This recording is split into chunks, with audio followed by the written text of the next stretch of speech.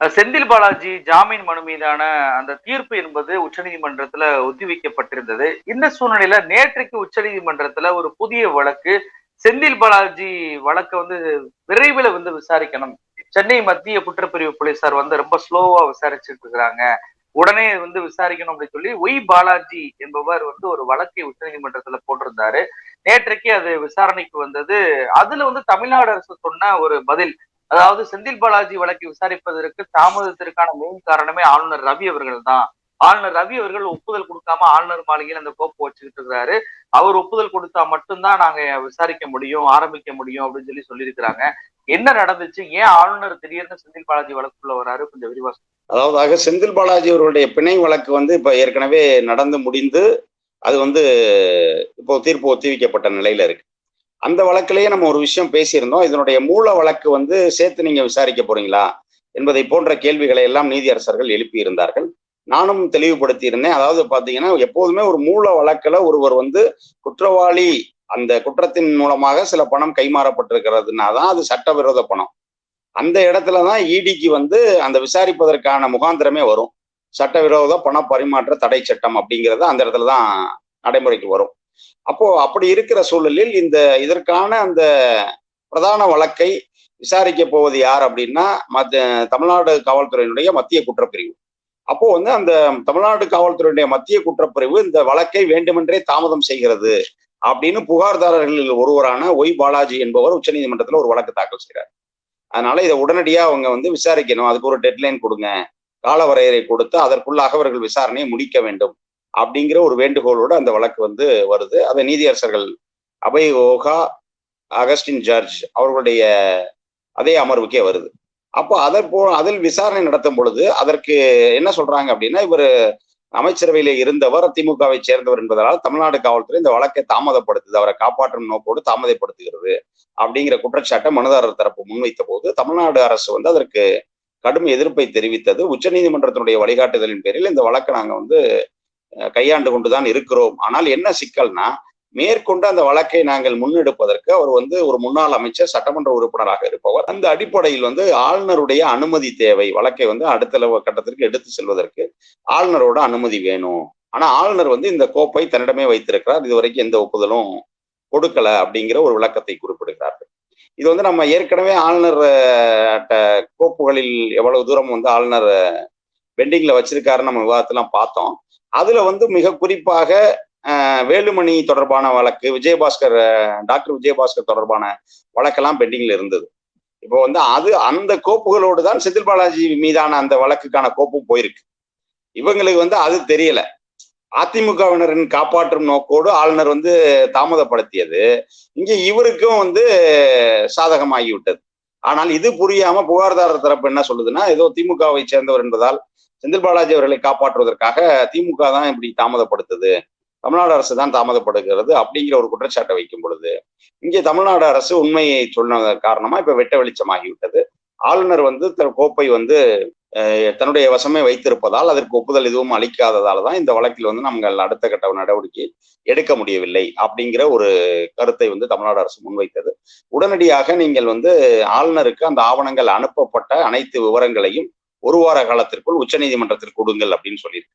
ஏற்கனவே ஆளுநர் இது மாதிரி கோப்புகளுக்கு பெண்டிங்ல வைத்திருக்கும் பொழுது நாம தமிழ்நாடு அரசு உச்சநீதிமன்றத்திற்கு சென்றது, அந்த அனுப்பிய வழக்கு மசோதாக்கள் விவரங்கள் எல்லாம் கேட்டு உச்சநீதிமன்றம் எப்படி அனுமதி அளித்ததோ, அந்த உச்சநீதிமன்றம் இந்த விவாதத்துக்கு பிறகு ஆளுநர் அனுமதி அளித்தாரோ, அதை போல ஒரு நிலை இப்போ அதிமுக அமைச்சர்கள் மீதான இந்த காவல்துறைக்கு வழக்கை தொடர்கிற அந்த அனுமதியை தருகிற அந்த மசோதா, அந்த கோப்பின் மீதும் அப்படி ஒரு நடவடிக்கை எடுக்கப்பட வாய்ப்பு இருக்கிறது.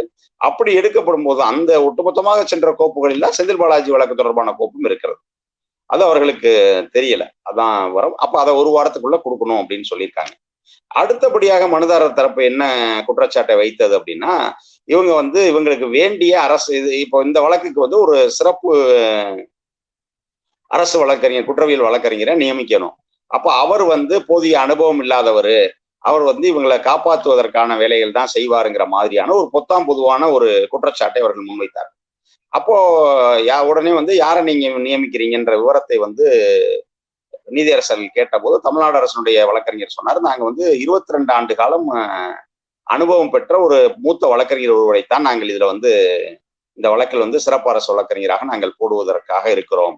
அப்படி வந்து நீங்க இவங்க சொல்வது வந்து ஒரு தவறான குற்றச்சாட்டு, இவங்க வந்து ஒரு கற்பனையா சொல்றாங்க அப்படின்னு சொன்ன உடனே நீதியரசர்கள் வந்து அவர்களை நோக்கியே கேள்வி எழுப்பினார். நீங்க யாருன்னே உங்களுக்கு தெரியாது ஒருத்தர், இன்னும் அந்த சிறப்பு வழக்கறிஞர் யாருன்னு தெரியாம நீங்களா எப்படி வந்து அவர் இப்படித்தான் செய்வாரு என்று நீங்கள் எப்படி ஒருவரை பற்றி தெரியாமலே நீங்க வந்து அவர் இம்பார்ஷியல் அப்படிங்கிற வார்த்தை அவங்க பயன்படுத்தினாங்க. அதாவது பாரபட்சத்தோடு நடந்து கொள்வார் அப்படின்ற மாதிரி சொன்னாங்க. அப்போ அதைத்தான் நீதியரசர் அபயோகா கேட்டார். நீ you didn't no the person, how you assume that he is impartial? ஒருத்தரை பத்தி உங்களுக்கு தெரியாது, தெரியறதுக்கு முன்பாக நீங்களாக எப்படி அவர் வந்து பாரபட்சத்தோடு நடப்பார்ன்றதை நீ உங்களால எப்படி சொல்ல முடியும்? ஆகவே அப்படி வந்து நம்ம ஒரு 22 ஆண்டு காலம் நீதிமன்ற அனுபவம் பெற்ற ஒருவரை அப்படி நீங்கள் பொத்தாம் பொதுவாக குற்றம் சொல்லக்கூடாது அப்படின்னு சொல்லி அவர்களை கண்டித்தார். அதோடு வந்து எப்படி இந்த ஒரு வார காலத்திற்குள்ளாக ஆளுநருக்கு கோப்புகள் அனுப்பப்பட்ட அனைத்து ஆவணங்களையும் இவன் வந்து உச்சநீதிமன்றத்தில் கொடுக்க வேண்டும் என்று சொன்னார்களோ, அதை போல இந்த சிறப்பு அரசு வழக்கறிஞர் யார் என்பது நியமித்து அவருடைய பெயரை வந்து பிரமாண பத்திரமாக இங்கே பிரமாண பத்திரத்தின் மூலமாக உச்சநீதிமன்றத்திலே தாக்கல் செய்ய வேண்டும் அப்படிங்கிற ஒரு உத்தரவையும் வந்து நீதியரசர் கொடுத்திருக்கிறார். அதே போல இந்த வழக்கினுடைய தொடர்ச்சியில் அவங்க கேட்ட இன்னொரு விஷயம் என்னன்னா, இது தாமதமாகாம சீக்கிரம் முடிக்கணும் அப்படிங்கிறதுனால, ஏன்னா இதற்கு வந்து பாத்தீங்கன்னா 1000க்கும் மேற்பட்ட சாட்சிகள் இருக்காங்க. அதனால வந்து இது ஏற்கனவே அந்த ஜாமீன் வழக்குல கூட இதை பத்தி பேசினாங்க. ஏன்னா இவ்வளவு பேர் இருக்கிற வழக்கை எப்படி நீங்க சீக்கிரமா முடிச்சு நீங்க இது பண்ண முடியும் அப்படின்லாம் கேட்டாரு.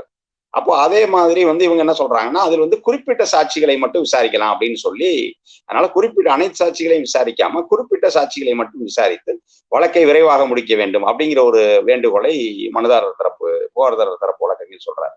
அப்போது வந்து நீதியரசர் அதை வந்து உங்களுடைய கருத்து என்னன்னு கேட்கிறாரு. அமலாக்கத்துறையும் அதுக்கு ஆமா அது மாதிரியே பண்ணலாம் அப்படின்னு சொல்லுது. அப்போ உடனே வந்து நீதியரசர்கள் கேட்கிறாங்க, ஒரு குற்றத்தை நீங்கள் நிரூபிக்க வேண்டுமானால் அதற்கு இருக்கக்கூடிய அனைத்து சாட்சிகளையும் முழுதாக விசாரிச்சாதான் முடியும். அதை விடுத்து விட்டு நீங்கள் குறிப்பிட்ட சாட்சிகளை மட்டும் விசாரிக்கிறீங்க, சிலரை வந்து வேண்டான்னு சொல்றீங்கனாலே you are dropping out some witness. அப்போ விட்னஸை வந்து நீங்க தவிர்க்கும் பொழுது அதற்கு என்ன காரணம்? அப்ப என்ன நடக்கும்னா, உங்களுக்கு தேவையான, அதாவது செந்தில் பாலாஜி அவர்களை குற்றவாளி என்று நிரூபிப்பதற்கு ஏற்ற சாட்சிகளை மட்டும் அந்த வழக்குல விசாரிச்சுக்கிறது. அப்போ இங்கே வந்து ஒரு சில சாட்சிகளின் மூலமாக தான் குற்றமற்றவர்னு செந்தில் பாலாஜி அவர்கள் நிரூபித்து விடுவார்னா அந்த சாட்சிகளை தவிர்ப்பது அப்படிங்கிற ஒரு ஏற்பாட்டோடு அவர்கள் இப்படி சொல்வதற்கு வாய்ப்பு இருக்கிறது. அப்போ அதை வந்து சரியாக புரிந்து கொண்ட நீதியரசர் சொன்னார், இப்படி இடியே இப்படி சொல்வது வந்து மிக வியப்பாக இருக்கிறது. ஒரு வழக்குனா அதுல எல்லா சாட்சிகளும் தான் விசாரிக்கப்படணும். அதனால கண்டிப்பாக வந்து நீங்கள் இப்படி குறிப்பிட்ட சாட்சிகளை மட்டும் விசாரிக்கலாம் என்று சொல்ல முடியாது. நீங்கள் அனைத்து சாட்சிகளையும் விசாரித்து வழக்க வேகமா முடிங்க அப்படிங்கிற கோரிக்கையைத்தான் எழுப்ப முடியுமே தவிர, குறிப்பிட்ட சில சாட்சிகளை மட்டும் விசாரிக்கிறதுனா, ஏதோ போற போக்குல வந்து இப்ப நம்ம ஒரு பரீட்சை எழுதுறோம்னா அதுக்கு தெரியலங்கிறதுக்காக நமக்கு 4 பாரா தெரிஞ்ச பாராவை மட்டும் எழுதிட்டு வர மாதிரி விஷயம் இல்லை. முழுமையாக அனைவரிடம் பேசினால் மட்டும்தான் ஒரு குற்றவாளியா குற்றமற்றவரா என்பதை புரிந்து கொள்ள முடியும். ஆகவே அப்படி வந்து சில சாட்சிகளை தவிர்ப்பது என்பது வந்து தவறான நடைமுறையாகிவிடும். அப்படியெல்லாம் செய்ய முடியாது, செய்யக்கூடாது என்று நீதியரசர்கள் குறிப்பிட்டார்கள். அதைத் தொடர்ந்து வந்து இந்த வழக்குடைய அடுத்த கட்ட விசாரணை என்பது வந்து செப்டம்பர் 2ஆம் தேதிக்கு ஒத்திவைக்கப்படும்.